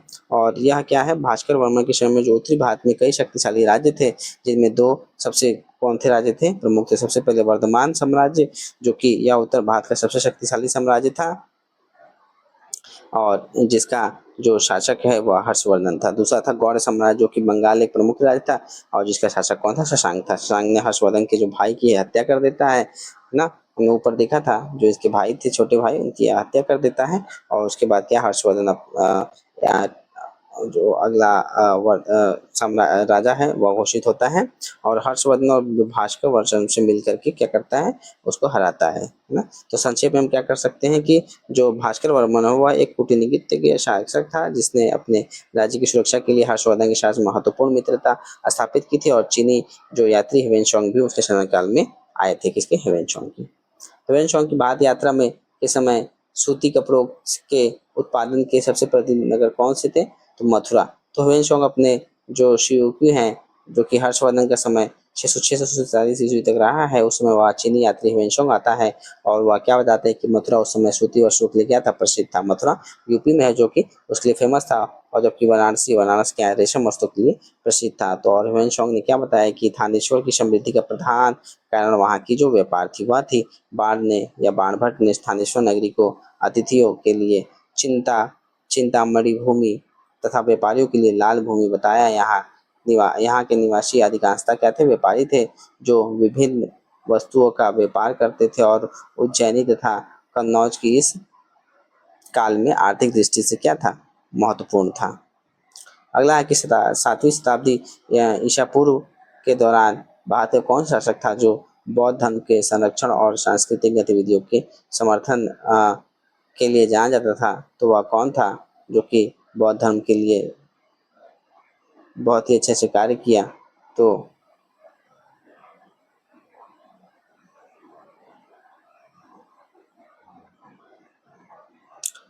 वह कौन रहे हैं, वह हर्ष रहे हैं। देखिए यहाँ पे 7वीं शताब्दी ईसा पूर्व के दौरान भारत का पुष्यभूति वंश का शासक हर्ष, जो कि हर्षवर्धन कहलाता है, ईसा पूर्व नहीं हुआ, 7वीं शताब्दी होगा, के धर्म रक्षण और संस्कृति गतिविधि समर्थन किया था। हर्षवर्धन लगभग 606 ईस्वी से लेकर के 647 तक 41 वर्षों तक शासन करता है। और हर्षवर्धन के समय कौन आता है, ह्वेनसांग आता है। अगर हम लोग हर्षवर्धन की बात करें, जो कि 606 से लेके 647 तक इनका शासनकाल रहता है और जिसमें ह्वेनसांग भी आते हैं। और यह पुष्यभूति वंश के क्या है, एक शासक है।